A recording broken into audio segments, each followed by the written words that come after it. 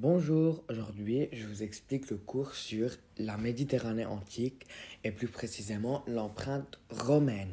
Et ça c'est la deuxième partie de ce cours. J'ai déjà expliqué l'empreinte grecque dans un audio précédent qui est disponible sur la chaîne, sur cette même chaîne. Et aujourd'hui je vous explique la deuxième partie de ce cours, ou bien le deuxième chapitre. C'est la Méditerranée antique, l'empreinte romaine. Alors, on va parler de Rome aujourd'hui. Alors, on va commencer par parler de la fondation de l'Empire romain. Ensuite, on va passer à Constantin, un personnage essentiel dans l'évolution de Rome dans l'Antiquité. Alors, avant de commencer, j'aimerais vous informer qu'il y a une version écrite de ce cours disponible sur mon site étudie.weebly.com. Étudie, c'est E-E-T-U-D-Y. Et puis, je vous incite et je vous encourage de suivre le compte Instagram du site @etu.dy. Et j'y mets des conseils, des astuces, etc. pour assurer votre réussite cette année scolaire. Alors, sans plus s'attarder, on commence le cours avec une chronologie qui explique l'évolution du territoire, le territoire immense et varié de l'Empire romain. Alors, quand Rome a été fondée, elle n'était pas tout de suite un empire. Il y a eu plusieurs étapes. Et avec ces étapes, il y a eu un territoire qui s'élargissait, qui s'agrandissait, qui s'élargissait, pas s'élargissait, qui s'élargissait, qui s'agrandissait, jusqu'à devenir un des plus grands empires dans l'histoire. Alors, tout commence au 8e siècle avant Jésus-Christ. Au 8e siècle avant Jésus-Christ, c'est la fondation de Rome par des paysans. Ok, alors des paysans ont fondé Rome et à la base c'était une monarchie et cette monarchie a beaucoup évolué, mais ça c'est pas la partie importante de notre cours. Après la monarchie a été instaurée et puis il y a eu la monarchie jusqu'à moins 509, jusqu'à 509 avant Jésus-Christ. Et à moins 509, la République a été instaurée. Et la République s'étend de moins 509 avant Jésus-Christ jusqu'à moins 27, ou bien 27 avant Jésus-Christ. Pendant cette période-là, il y avait la République. Et il y a eu des institutions, comme le Sénat, ou bien les magistrats. Ça s'appelle des institutions. Le pouvoir a été exercé par plusieurs personnes. Et c'est comme en grec, pour l'Empire grec, pour les Grecs. À Athènes, il y avait différentes institutions de la République. Aussi, en Rome, il y avait différentes institutions. Alors ça, c'est pas vraiment important. Maintenant, on va parler des conquêtes de Rome, les conquêtes que Rome a faites par des guerres. Alors, ces conquêtes ont été faites par des guerres. Rome a fait des guerres avec certains territoires, ils ont gagné la guerre, alors ils ont pris contrôle de ce territoire. Alors, au 3e et au 2e siècle avant Jésus-Christ, Rome conquérit l'Italie et la plupart des régions autour de la Méditerranée, comme par exemple la Syrie, l'Espagne, la Grèce, etc. Au 1er siècle avant Jésus-Christ, c'est-à-dire un peu plus tard, mais toujours pendant la République, ils ont conquis la Gaule, ce qui est la France aujourd'hui, et l'Égypte. Ensuite, en moins 27, a été instauré l'Empire romain. L'Empire romain qu'on connaît aujourd'hui. Aujourd'hui, ce n'est plus un empire, mais l'Empire romain a été instauré en moins 27. Et après, on va voir par qui. Mais là, l'Empire il est instauré en moins 27, ou bien 27 avant Jésus-Christ, et il s'étend jusqu'à 476 après Jésus-Christ. Alors, c'est plus de 400-500 ans presque. C'est beaucoup. Alors, le territoire s'élargit. Il y a eu encore plus de conquêtes. Il s'élargit vers l'est, vers l'Arménie, l'Arabie. Il s'élargit aussi vers l'ouest, vers la Mauritanie. Et il s'élargit vers le nord, en Bretagne. Alors, il était basé sur les pays autour de la Méditerranée, mais il s'élargit encore plus pour devenir un empire immense. Et en fait, au deuxième siècle après Jésus-Christ, pas avant Jésus-Christ, attention, on parle après Jésus-Christ, au deuxième siècle, il y a eu quelque chose qui s'appelle l'apogée, soit la Pax Romana. Et en fait, c'est la fortification des frontières. Alors, ils ont créé des frontières, et c'est en fait les premières frontières créées pour l'Europe qu'on connaît aujourd'hui. Les premières frontières ont été créées à l'époque. Et c'est ces frontières qui délimitaient l'Empire romain. Alors c'est comme ça qu'on savait qu'il y avait l'Empire romain. C'était des frontières, c'était par exemple des murs. Et ça, c'est les frontières. Et pendant cette évolution du territoire, il y a eu aussi l'évolution de deux choses, la langue et la religion. Au début, les langues, il y avait une grande diversité de langues, une grande diversité linguistique. Par exemple, il y avait le latin, le grec, l'arabe, le celtique, le etc. Oui, des langues, beaucoup de langues dispersées dans l'Empire. Mais après, peu à peu, le latin fut imposé dans l'Occident. L'Occident, c'est en fait l'Ouest, ou bien l'Europe. Aujourd'hui, l'Occident, c'est l'Europe et l'Amérique et l'Australie. Mais là, quand on parle d'Occident, on parle de l'Europe. Alors le latin en Occident et le grec en Orient. Et l'Orient, c'est la Turquie, la Mésopotamie, l'Arabie, l'Arménie. C'est la région à l'est plutôt. Alors avant, il y avait une grande diversité linguistique et puis le latin a été imposé en Occident et le grec en Orient. Puis les religions. Avant, les cultes polythéistes étaient très populaires. Ils priaient les dieux, ils croyaient en plusieurs dieux. Il y avait la mythologie romaine, mais après, peu à peu, les gens ont commencé à se convertir au christianisme. Il y a eu la christianisation de l'Empire. On va expliquer comment il y a eu cette christianisation et qui est le responsable, bien qui a joué un grand rôle dans cette christianisation de l'Empire. On verra ça un peu plus tard. Alors, je vous ai dit qu'avec l'Empire romain, qu'avec la fondation de l'Empire romain, il y a eu un territoire immense et varié. L'Empire romain a un territoire immense et varié. Mais l'Empire, c'est quoi en fait l'Empire? Comment on est passé de république à empire? Il y a eu en fait un nouveau régime politique qu'on appelle le Principat d'Auguste. Et le Principat, en fait, c'est l'Empire. Au lieu de dire Empire romain, on peut dire le Principat.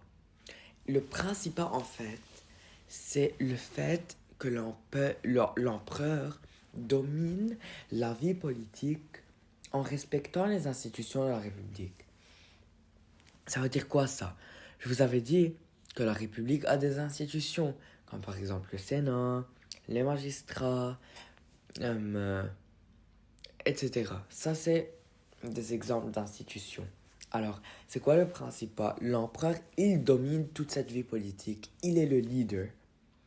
Mais en même temps, il maintient ses institutions. Mais il est responsable de ses institutions. En fait, depuis quelques secondes, je vous ai dit que le Principat s'appelle le Principat d'Auguste. Parce que la personne qui a fondé l'Empire, qui a fondé l'Empire, ou bien celui qui a commencé ça. Lui, en fait, il s'est pas dit que, ok, moi je fonde un empire, je deviens empereur. Non, il a instauré ce régime politique, ce qui a marqué ce changement entre république et empire. En fait, Auguste, c'est qui? Auguste est né Octave, je crois. Et en fait, c'est le fils adoptif de Jules César. Jules César l'a adopté. En fait, et à la mort de Jules César, en moins 43, il prend le pouvoir. Et il devient Auguste en moins 27. Ça veut dire quoi, Auguste? Auguste, ça veut dire élu des dieux. Ça veut dire que lui, il a le pouvoir, par exemple, des dieux. Il a pris son pouvoir des dieux. Il est élu des dieux. Et Auguste, en fait, c'est ce que ça veut dire. Ça veut dire élu des dieux. Il est devenu Auguste en moins 27. Ça veut dire pas que son nom est devenu Auguste. Pas forcément. Maintenant, on le connaît comme étant Auguste. Mais l'Auguste, c'est le titre donné à cet empereur qui domine le Principat, qui domine l'Empire romain. Et en fait, si vous remarquez, on avait dit que l'Empire, il commence en moins 27 et il se finit en 476. En moins 27, c'est la même date où Auguste devient Auguste, ou bien Octave devient l'Auguste. Et c'est là que commence l'Empire. Et Auguste finit par mourir en 14, alors il est, il est Auguste pour presque 30 ans. Presque. Alors Auguste occupe plusieurs fonctions et on va voir comment ces fonctions sont reliées à certaines institutions de la République qui existaient déjà mais qui ont changé. Premièrement, il est grand pontife. Grand pontife, ça veut dire qu'il est le chef de la religion.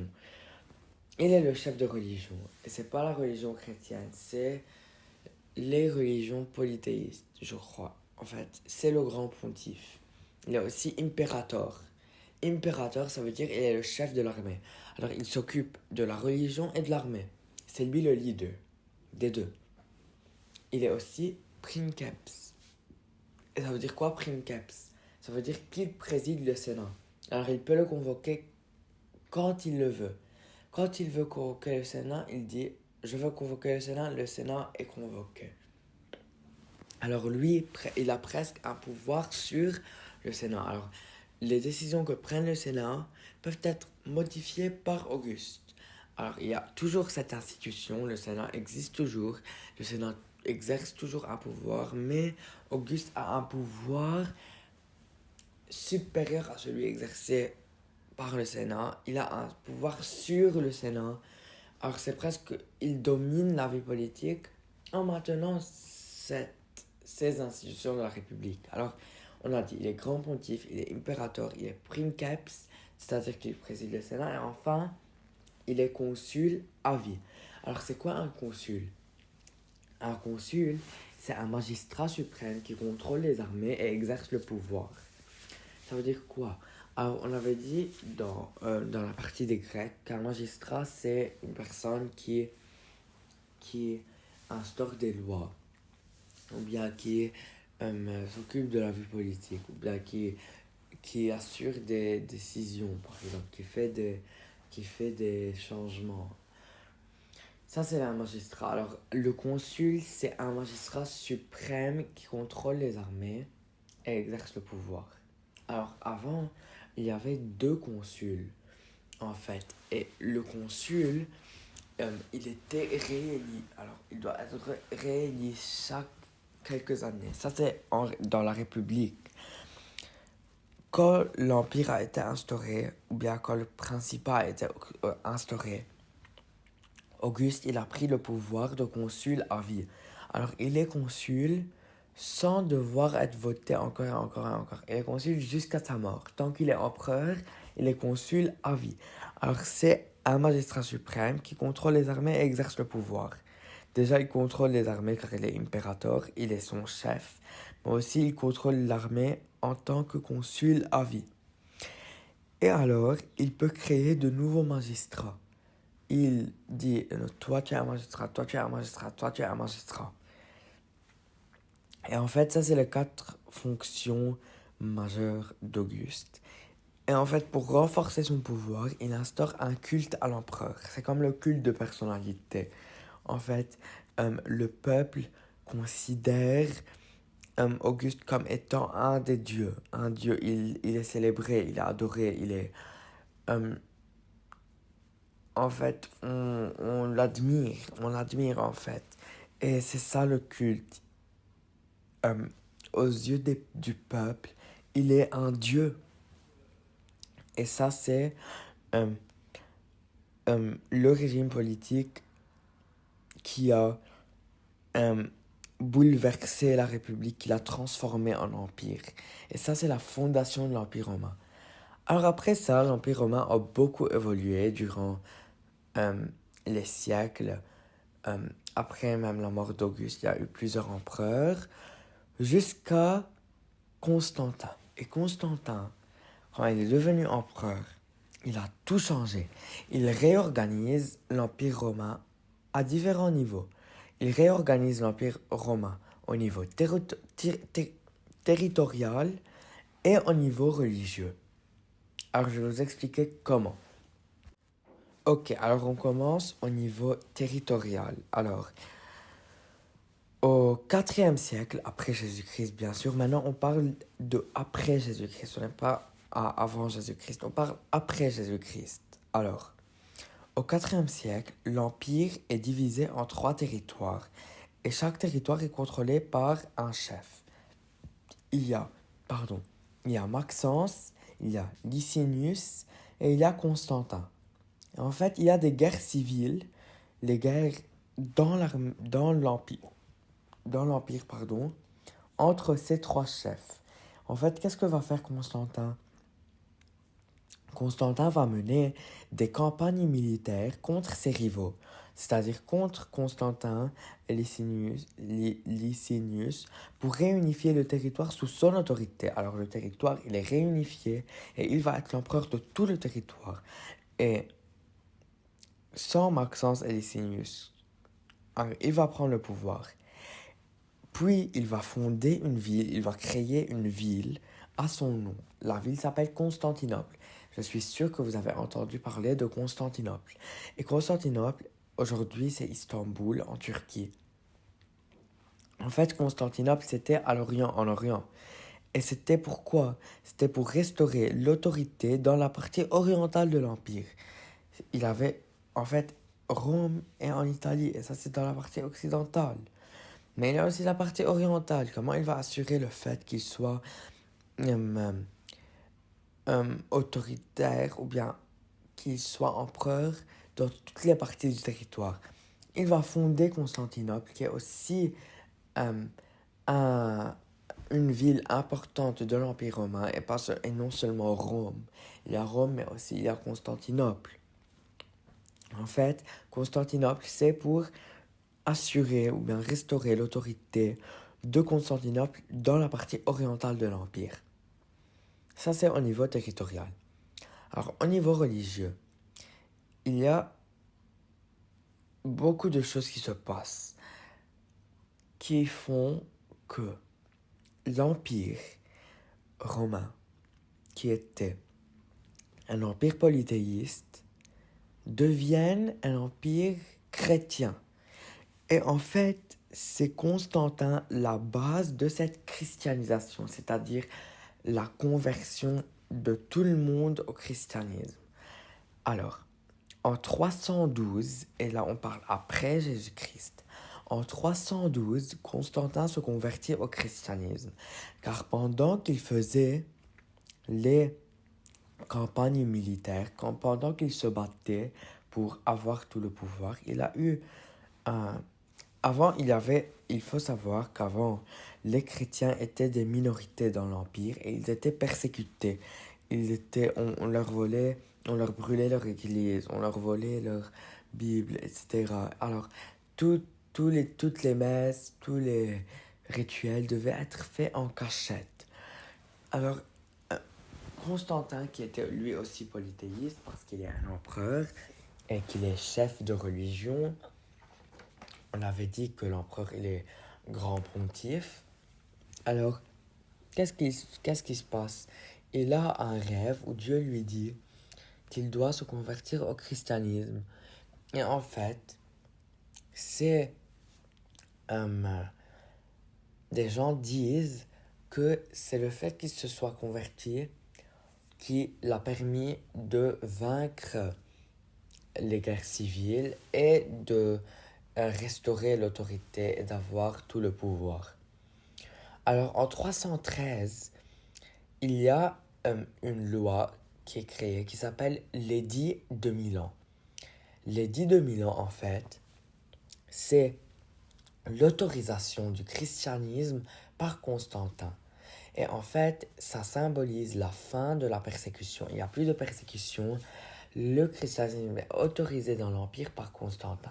Et en fait, qu'est-ce qu'il cherche à faire? Il cherche à gagner le soutien des chrétiens à l'Est. Il veut être presque genre comme un modèle. Que le peuple chrétien, que les gens chrétiens qu'ils voient que, oh waouh, il veut le mieux pour les chrétiens. Alors il autorise le christianisme. Puis, quelques années plus tard, 12 années plus tard précisément, il y a en 325 après Jésus-Christ le concile de Nicée. Ça veut dire quoi un concile? Un concile, c'est une réunion entre des chefs religieux. Et en fait, il y avait à l'époque plusieurs croyances du christianisme. Certaines personnes disaient que Jésus avait un pouvoir divin, que Jésus, il était quelqu'un de divin, qu'il est venu, qu'il a été envoyé par Dieu, comme étant Dieu, comme étant le Fils de Dieu, c'est-à-dire qu'il est divin. D'autres personnes croyaient que le Christ, que Jésus, était juste un prophète comme les autres, comme Moïse par exemple, et qu'il n'avait pas cette importance, qu'il n'avait pas cette divinité. Et alors il y avait des conflits. Alors il y a eu ce concile de Nicée. Constantin et les évêques fixent le credo. Le credo, c'est en fait la nature divine du Christ. Alors ils disent que la seule croyance correcte du christianisme, c'est que le Christ est une nature divine, que le Christ est divin, que le Christ est le Fils de Dieu. Et en fait, en faisant ça, il élimine toutes les autres interprétations. Et en fait, Constantin et les évêques vont instaurer la fête de Pâques. Et c'est là que, dans le concile de Nicée, que Pâques a été instauré. Alors maintenant, on fête Pâques. Pas car, en fait, Jésus est mort et il est ressuscité ce jour-là, ou bien le jour précis en avril ou en mars. Non, c'est car au concile de Nicée, ils ont fixé cette date pour la fête de Pâques. Et pourquoi il fait le concile de Nicée? Il veut assurer l'unification chrétienne, il veut assurer cette christianisation. L'édit de Milan et le concile de Nicée ont comme but de renforcer l'autorité de Constantin en tant qu'empereur. Alors il fait ça pour montrer aux gens qu'il est pour le christianisme, pour montrer aux chrétiens qu'il est contre cette persécution, contre cette oppression en fait, et qu'il veut instaurer cette égalité, et il veut instaurer le christianisme, et il veut assurer la christianisation de l'Empire, et ça renforce son autorité. Ça renforce l'autorité de Constantin en tant qu'empereur. Alors si on veut résumer le chapitre rapidement, la fondation de Rome a lieu au 8e siècle avant Jésus-Christ. Après ça, il y a la République de moins 509 à moins 27. Et durant la République, le territoire est vaste et il commence en Méditerranée. C'est les régions autour de la Méditerranée et au 2e et 3e siècle avant Jésus-Christ. Puis il y a Gaule et l'Égypte au 1er siècle avant Jésus-Christ. Et après, ensuite, quand vient l'Empire, le territoire s'élargit vers l'Est, l'Ouest et le Nord. Et après que ce territoire soit agrandi, il y a les fortifications du Pax Romana. Et en fait, il y a les frontières qui sont instaurées. Alors après la République, il y a l'Empire de moins 27 jusqu'à 476. Et en fait, l'Empire vient avec un nouveau système politique, le Principat d'Auguste. C'est-à-dire que les institutions de la République sont maintenues, mais le pouvoir est à l'empereur, ou bien l'empereur domine la vie politique. Après quelques siècles de cet empire romain et plusieurs révolutions, vient Constantin. Et Constantin va réorganiser l'empire romain au niveau territorial avec la réunification de l'Empire. L'Empire qui était divisé en 3 territoires fut réunifié par Constantin. Et puis, au niveau religieux, par la christianisation, d'après l'édit de Milan et le concile de Nicée. Avec ces deux éléments, il assure la christianisation de l'Empire et son autorité de l'Empire en tant qu'empereur. Et le christianisme remplace le polythéisme. Alors ça c'est le chapitre, j'espère que vous avez compris. Si vous avez des questions, n'hésitez pas de me les poser, que ce soit par mail ou bien via DM, Instagram, ça ne me dérange pas. Merci d'avoir écouté et bonne chance.